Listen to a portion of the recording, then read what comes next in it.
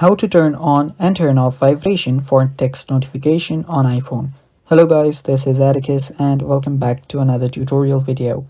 In today's video, I'll teach you guys how you can turn off and turn on vibration for text notification on iPhone. So without any further ado, let's dive right into it.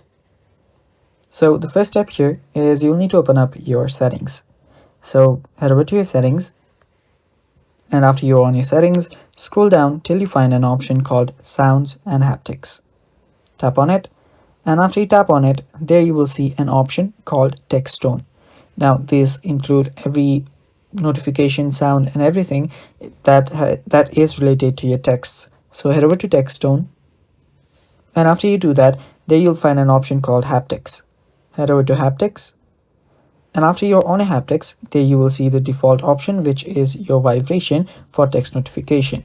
Now there are other standard notification as well. So if you just want to turn it off, we can scroll down all the way till you find the none option.